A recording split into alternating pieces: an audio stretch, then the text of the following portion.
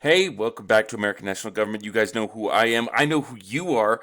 In case you don't know, I'm Dr. Weston Jameson, or you guys can call me Wes. And you guys are just clearly freaking awesome. So let's start with some news. What do you say? Okay, so this first headline, right? It says, the Fed can't print gold. Bank of America sees bullion prices surge to $3,000 as paper money crumbles. We are seeing, in real time right now, we're seeing inflation happen in the United States, and we are seeing gold, the price of gold skyrocket, which means that gold is extremely valuable right now.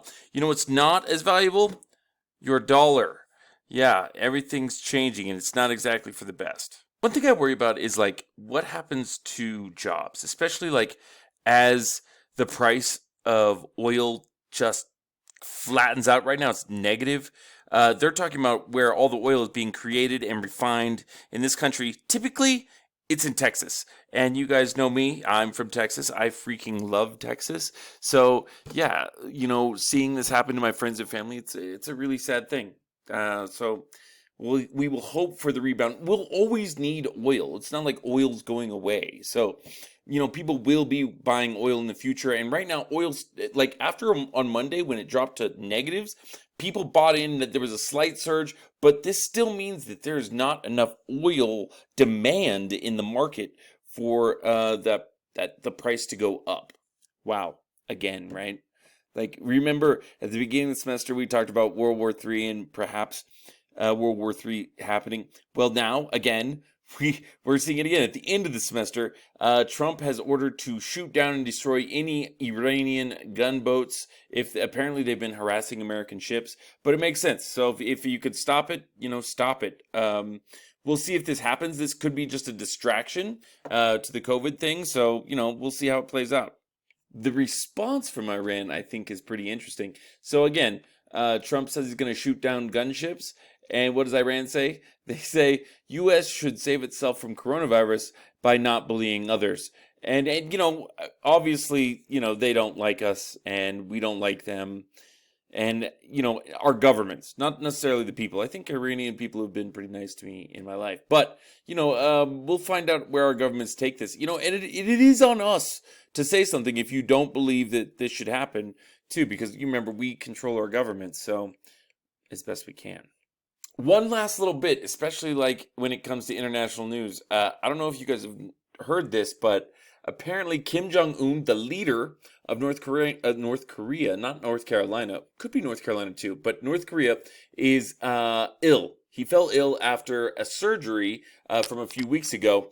And there's rumors on the interwebs that he's completely brain dead, that he has lost all sense of communication and is living in a coma. But there is a contingency plan, apparently. If Kim Jong-un dies, his younger sister would be absolutely ready to take the helm. While other reports say that if he dies, there would be a vacuum of power and that the people of North Korea could see starvation, they could see war. United States would certainly have to have a hand in all of that as well. And, so this is something to keep an eye on even as the semester comes to a close. Okay, remember we were talking about Noam Chomsky, manufacturing consent. He says democracy is staged. We got through the first filter on Monday. We're going to get through 2, 3, and 4 today, and I am saving 5 and a couple other media theories for Monday. So we will do that on Monday. We'll get there, we'll finish that up, and we'll talk about that at the end of this. So, yeah. Okay, so we're at filter number 2. Remember, filter number 1 was ownership and concentration of the ownership. Now we're talking about advertising money, where the ownership actually gets their money. And keep in mind, a lot of the services that we see that you guys get delivered to you through media, like, Netflix and, Amazon Prime, you're paying almost a fraction of a cent for the production cost of what those programs you're seeing are. And even some like social media, they are given to you for free. But that's because you are actually the product. The entertainment aspect of it, that's just for you to keep clicking and stare mindlessly at a glowy box. Where they make the real money is selling to advertisers your profile, what you've clicked on, what kind of movies you like and what you and your best friend talk about, because they have all of that information. On Monday, we talked about, or last lecture, we talked about, the four corporations, the four mainstream media corporations that we have around. And one thing I didn't mention, and I saved it specifically for this, because ad dollars is pretty much more of Alphabet's game than any of those other companies. But you can call Alphabet a mainstream media organization. People often don't, because it doesn't work in the same sphere. But if you think about it, what Google does, what YouTube does, what Chrome does, they are controlling and knowing everything that you watch on the internet, pretty much. Most people go to Google. It's even a verb. Google this. How did a company become a verb? Whatever. But here's the thing. They are monitoring every click, every search. They know your YouTube history. They know what you've looked at on Chrome and in Google. Their growth is it's just absolutely incredible. Let me show you. So if you look here, since 2001, it has been almost a perfect exponential growth. And this is 2017 numbers. I mean, that was 3 years ago. Who knows how quickly and how big they will be with this year's numbers. Just wanted to bring this up very quickly. Do you guys realize? So this article is from December 2019, and it's from Google. This is where we see Sergey Brin and Larry Page step down from the leadership of Google and Alphabet. And that's interesting, because I'm thinking back on it, in December, in January, before all this COVID stuff happened, we also had the leader of Disney step down, and we also had Bill Gates step down from Microsoft. Why are all these big tech leaders and leaders in the mainstream media stepping down right before this coronavirus? It's just an interesting happenstance, maybe? The third one.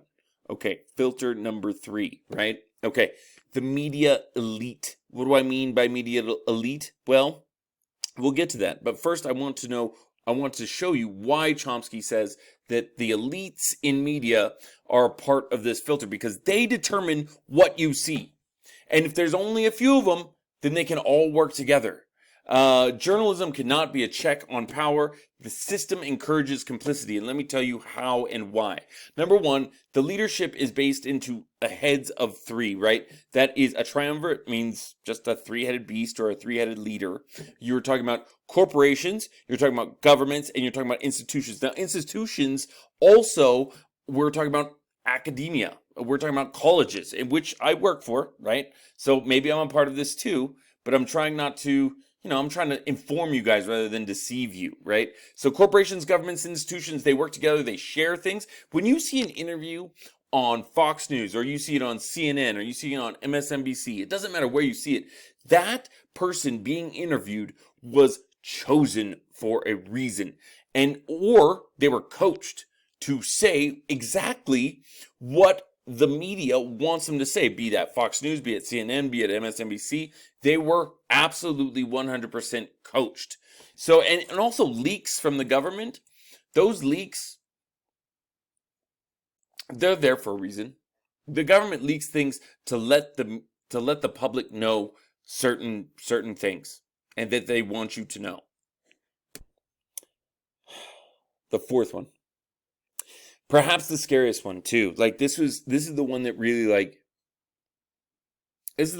got me thinking about what am I doing, in terms of you have to be extremely careful about what you're researching, what's going on. And this is why I think collective action is so important, and why you cannot act alone. You need the people of this country to back you first, right? The fourth filter is called the flak machine. And what does that mean? Well, essentially what it means is, if you break the narrative, if you go against what the mainstream media and the government and academia is trying to tell you, you will be blacklisted. You will be immediately discredited.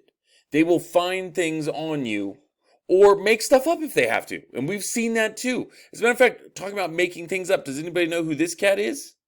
Yeah, this cat right here. This handsome, beautiful man right here with the silver foxy hair. Yeah, guess what? He's been blacklisted. His name is Julian Assange. He's the creator and inventor of WikiLeaks. And let me tell you briefly about his story. Julian Assange did something amazing. What he did was he found a place on the internet for just pretty much every secret that any government could keep. And if somebody was willing to give him that secret, what he did was he would take the hit. Like, look, you don't have to come out and be a whistleblower. I will be the world's whistleblower. WikiLeaks was a website that essentially took all of the secrets that all these governments had and just put it out for the media to see. Even the United States. Now, you guys might be too young for this, but about, 12 years ago maybe, there was a man that came out and had a bunch of secrets. He worked for the United States military, and his name was Bradley Manning. He was, I shouldn't say she, because he is now a she. She now, her name is Chelsea Manning. But prior to this, gave up secrets from the United States military to this man, to Julian Assange. And these secrets included our own military shooting down the press, like civilian press, and laughing about it. Now, I know that's hard.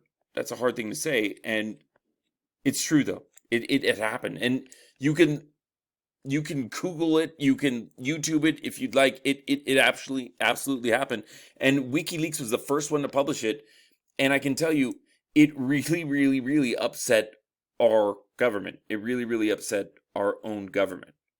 So much so that it's interesting that after that video was released on WikiLeaks and a few other things, like some important information between leaders, American and European and even Asian leaders, they mysteriously found some kind of allegations of sexual assault on Julian Assange.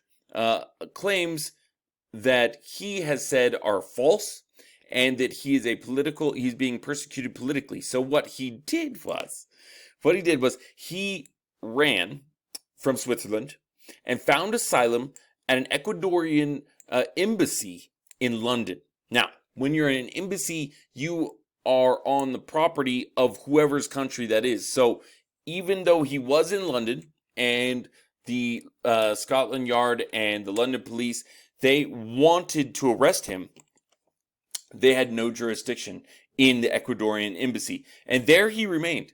He remained for over 10 years in that exact same embassy, hiding out, running WikiLeaks, but knowing that if he left, he was going to have to face consequences in the United States. This is him now.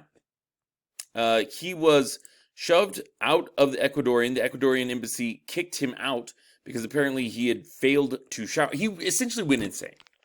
When you are in a room solo, isolated by everybody and everything for over 10 years, this is what he looked like. Remember, that clean-looking dude that we saw a couple slides ago? This is what he looked like when he exited the embassy last year. He was kicked out for not showering, and also there are reports that he was using his own feces, his own poop, to scrawl messages on the wall. So yeah, they had enough of that, and they decided to force him to leave. So again, I just want to just go over and just say, the flak machine. If you say something that is inconvenient for the government, they will do their best to silence you. And we saw that with Julian Assange very easily. There's many more examples. Edward Snowden is one. Michael Avenatti is another. And you could look these up independently, but they do exist. Okay, so we will finish this on Monday. I need to do one more of the filters, and there are two more other theories that I want to cover with you guys, but we can do that rather quickly. Don't forget to take the Chapter 13 quiz, and I'm also going to be emailing you out. Look over the weekend for Monday. I really do want to do a live review with you guys. So if you guys are available, if you can, make it a big blue button. If not, I totally understand. And I will see you guys on Monday. I can't wait. See you guys.